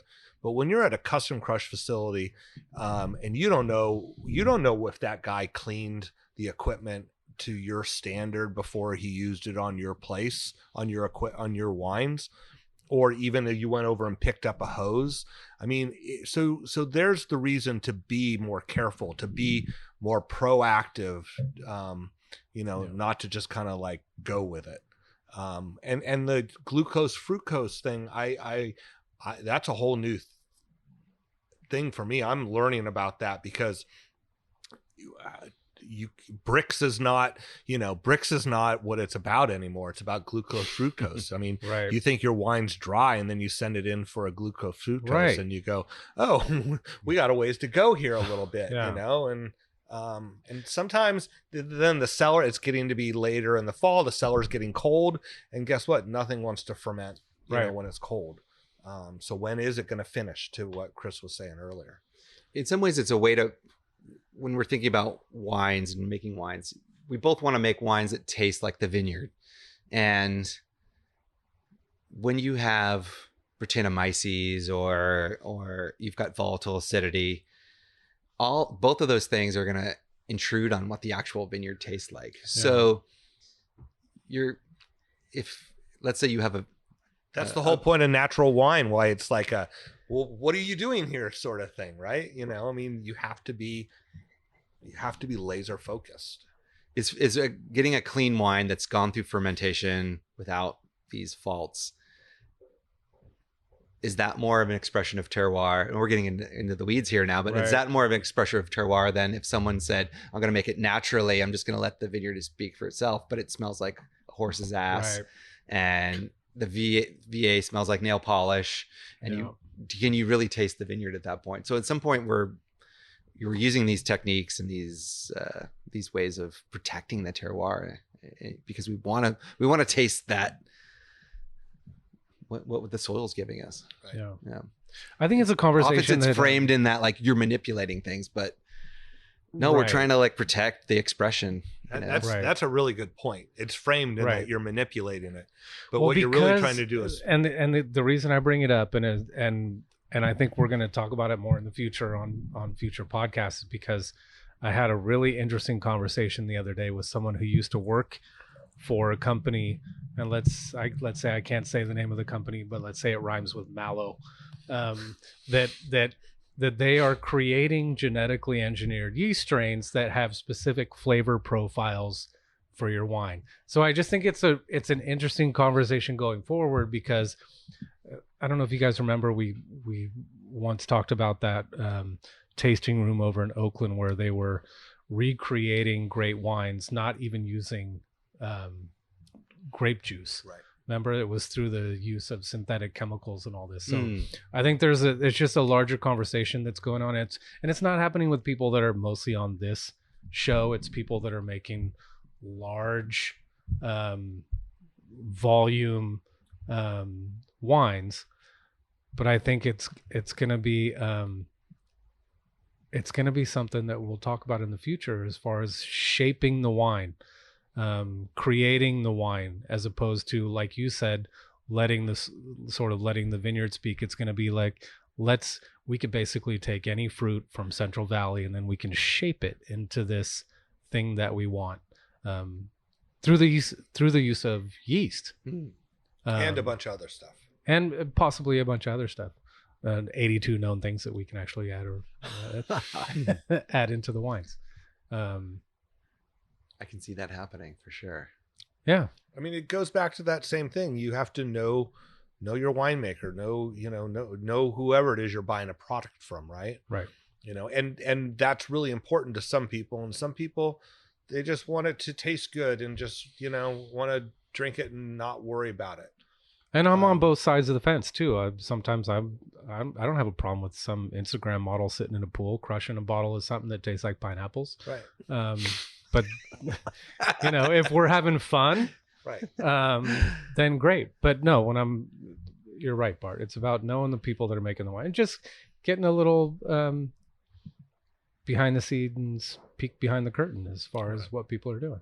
Right. Yeah. And if it means something to you, then I think that's why we're here too. Chris, how are your wines available and where? Just through ChristopherTynan.com. Okay. I have a little website there. Not much information on there. Wait a minute. We couldn't find any information on you for the show. Normally we do research and it was a total kind of protection program. It's kind of intentional in a way. It's my marketing in that the lack of seems like marketing is everybody in the entire world just wants to open up their entire life and their vacation photos and their pap smears and their cool black and white colonoscopy results. It's just all out there. And honestly, I think this may seem it's kind of intentional, but because when you're cruising through France or Italy and you're just driving along and you pull off on the side of the road and this little restaurant doesn't look like much or this little winery doesn't look like much, and you go in there and you taste the wines or you taste the food and you think, oh geez, this wasn't on any sort of Michelin guide. Or that seems to me the most precious kind of like experiences anyone can have these days, is to find those little hidden gems that everyone doesn't else, not everyone knows about. And I'm not selling a ton of wine. I don't have to go out there and try to push my wines, and the people that have bought my wine and that are buying my wine are they get it. They found me. A lot of people found me through Robert Parker early on with the 2013, which got a huge score and a good review. But then the people that have stayed, get it. Like they realize that. And part of the label, going back to the label, the part of the label was I could have spent $250,000 on a label design and having to pass that cost down to the consumer. And it just didn't seem like me. So, and the people that really love wine that find me, they're much more fun to drink with than the guy that just wants to swing into town and, I want to drink the 100-point wine. And they got off the private plane and they're complete assholes. And so you get to find people that are more down to earth and real. I hope you're finding more down to earth than assholes. I'll just say that. Yes, for sure. For sure. So it sounds like the experiment is working. Yes, exactly. Yeah. But we still need to bring people into the fold. Right. Because you still want, I mean, as going back to that thing, you're always searching for something that entices you to make a new wine, right? Like if you found a piece of property that you could make some wine off of, that you were passionate about, but you need someone to buy it. For sure. And so therefore, if they buy one of each, maybe they'll buy 3 of each, right? Well, they are beautiful wines, for sure. Yeah. Beautiful, nice. No, the marketing makes sense to someone like me as a beverage director and a somm at places. I always wanted to do. I didn't like it when people came and talked to me and gave me the whole tech sheet and dropped off a thing that had the family photos and history of the wines. I loved when someone just dropped off a bottle with a business card, and then I sort of did the research myself, and so I got to do the legwork, and then I got to discover it for myself, and I kind of felt like I was the one that discovered that wine. It's a more fun journey, and you appreciate it a little bit more. I got that same satisfaction when I was waiting tables and turning on people to wines they'd never had before, and like don't drink this. Try, if you like this, try this. And then you can change people's lives by doing that. Exactly. Yeah. So if you're just driving around Napa, where can they taste your wines? Nowhere. I mean, I was at the Acacia. You mentioned Chris Cosentino earlier. Yeah. The Syrah was there for a long time. Yeah. Which makes sense. Yeah, because Willie, the Somm that was there for years, he not got it in, and they kept buying it. It's great with his cuisine. Yep. But that's it. It's just you have to get on the website. Hear that, you guys? Yeah, podcast bump coming. Yeah, right. You guys, you want to taste it? You're not going to find it. You got to get a hold of Chris. Yeah. And something tells me if you send an email to Chris, it's going to be Chris who gets back to you. For sure. It's certainly not going to be Katie because she has a job. Yeah, exactly. And James is a little young. He's too young to type. Yeah, exactly. Awesome. Well, thank you for bringing especially that Syrah. Yes. Yeah. That Syrah is All the wines are just beautiful. Yeah. My pleasure. What a collection today. Wow. I know. Quite a diversity. 86 to 13 to 80 back to 86. Rosé. Then to 2010. 2010. Then none of us ever got to try, thank God. The can of rosé. Yeah. Have to try that. Oops. Sam. Wow. All right. Anything else? What else? Anything exciting coming up for you guys? You got anything planned for the summer? Nothing. I know I'm not Working, wanting to trying to make express another your- good vintage. Right. Happy for the rain this fall or this winter. Yeah, and real quick, how does it look out there? You're getting out and looking at vineyards now. Are you? The soils are deep and rich and full of water, which is great. That Right. hasn't happened in a long time. So Yeah. fingers crossed. There's fog. Right.